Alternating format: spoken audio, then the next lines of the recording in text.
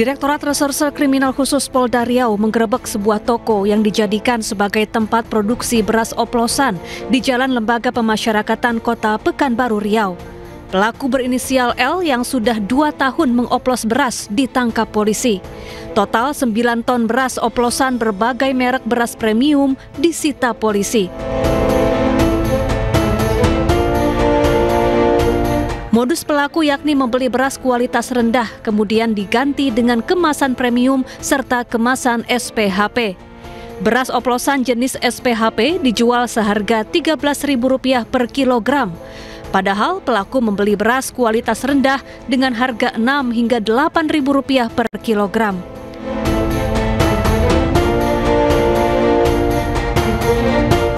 Yang diambil ada beras reject, kemudian dikemas dalam karung beras SPHP ini Bulog, dikemas dalam beras SPHP Bulog yang ukurannya 5 kg, kemudian dijual dengan harga Rp13.000. Padahal modal yang dikeluarkan oleh pelaku adalah Rp6.000 sampai Rp8.000.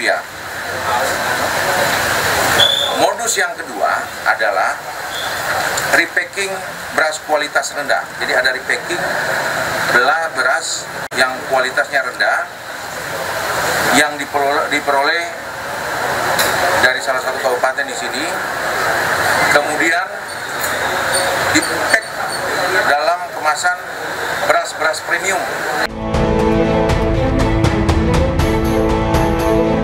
Sementara itu, Menteri Pertanian Amran Sulaiman memastikan akan terus bekerja sama dengan kepolisian dan penegak hukum lainnya agar tak ada lagi oknum yang bermain-main dengan pangan rakyat. Para pelaku juga akan dijatuhi hukuman berat.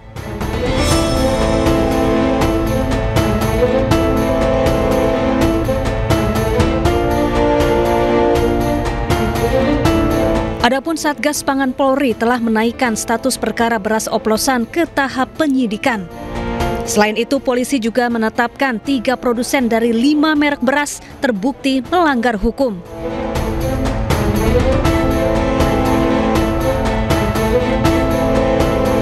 Usai terbongkarnya praktik beras oplosan, Satgas Pangan kini gencar melakukan inspeksi mendadak ke sejumlah pasar. Salah satunya Pasar Induk Cipinang, Jakarta Timur, Jumat lalu. Di pasar ini, petugas menemukan 1 merek beras yang terindikasi melanggar ketentuan regulasi mutu dan takaran.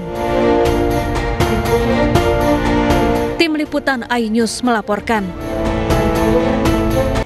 Pemirsa, hari ini Presiden Prabowo Subianto akan kembali bertemu dengan Perdana Menteri Malaysia Anwar Ibrahim. Rencananya pertemuan digelar di Istana Kepresidenan Jakarta sore ini.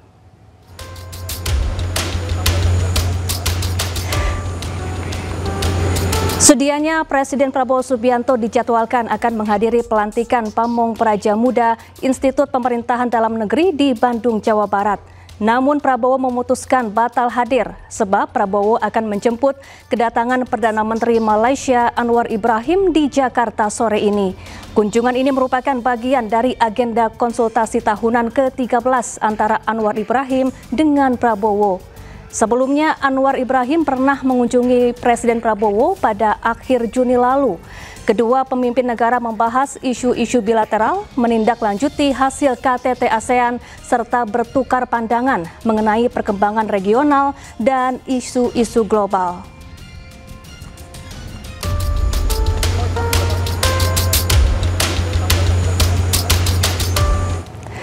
Pemirsa, senada dengan pernyataan Presiden Prabowo Subianto, Badan Pusat Statistik akhirnya mengumumkan jumlah orang miskin di Indonesia berkurang. Bahkan data ini disebut-sebut sebagai yang terendah dalam 2 dekade terakhir.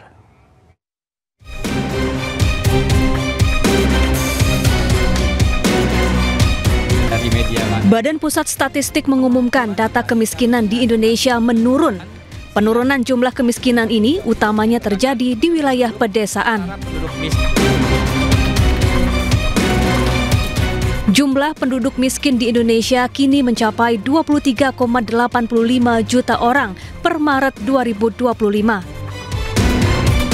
Data ini menunjukkan penurunan tipis jika dibandingkan periode sebelumnya. BPS menyebut data kemiskinan ini merupakan yang terendah dalam 2 dekade terakhir. Ada fenomena ekonomi sosial yang mendukung kemiskinan nasional di pedesaan yang turun. Tadi sekaligus juga ya menjawab yang teman-teman media. Yang pertama, ada nilai tukar petani. Nilai tukar petani yang tadi juga sudah saya paparkan pada Februari 2025 sebesar 123,45. Ini menunjukkan indeks harga yang diterima oleh petani lebih tinggi ya dibandingkan dengan indeks harga yang dibayar petani. Artinya, daya tukar petani mengalami peningkatan. Sebelumnya, BPS sempat menunda merilis angka kemiskinan. Sedianya pengumuman data kemiskinan dijadwalkan Selasa lalu, namun diundur menjadi hari Jumat. BPS beralasan penundaan dilakukan untuk memastikan ketepatan dan kualitas data. Tim Liputan iNews melaporkan. Sebelumnya saat berpidato di Kongres Partai Solidaritas Indonesia, Presiden Prabowo Subianto menyebut angka pengangguran dan kemiskinan di Indonesia menurun. Prabowo mengaku mendapat laporan dari Kepala BPS terkait penurunan jumlah kemiskinan. Di jalan yang benar, usaha untuk membuat seolah-olah Indonesia dalam keadaan susah, Indonesia dalam keadaan gelap, Indonesia ekonomi gagal, itu saudara-saudara, itu adalah upaya menurunkan semangat kita dan itu tidak benar, saudara-saudara sekalian.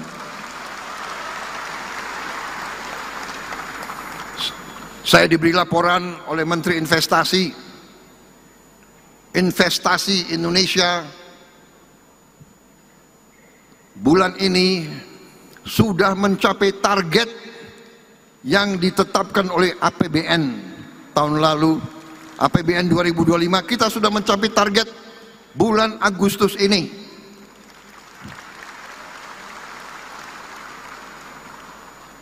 Empat bulan sebelum akhir tahun sudah mencapai. Kepala BPS lapor ke saya, angka pengangguran menurun, angka kemiskinan absolut menurun. Pemirsa, penyaluran bantuan subsidi upah atau BSU di Makassar, Sulawesi Selatan ditinjau langsung oleh Menteri Ketenagakerjaan Yasir Ly. Menaker meminta BSU tidak disalahgunakan untuk judi online, tetapi untuk memenuhi kebutuhan pokok.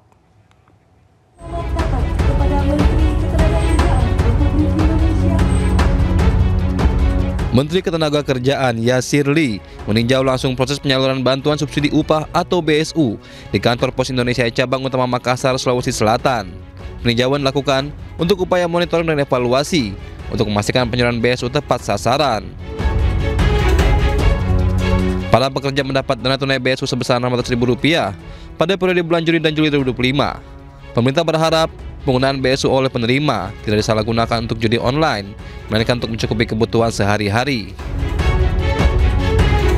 Ini program dari Pak Presiden Prabowo.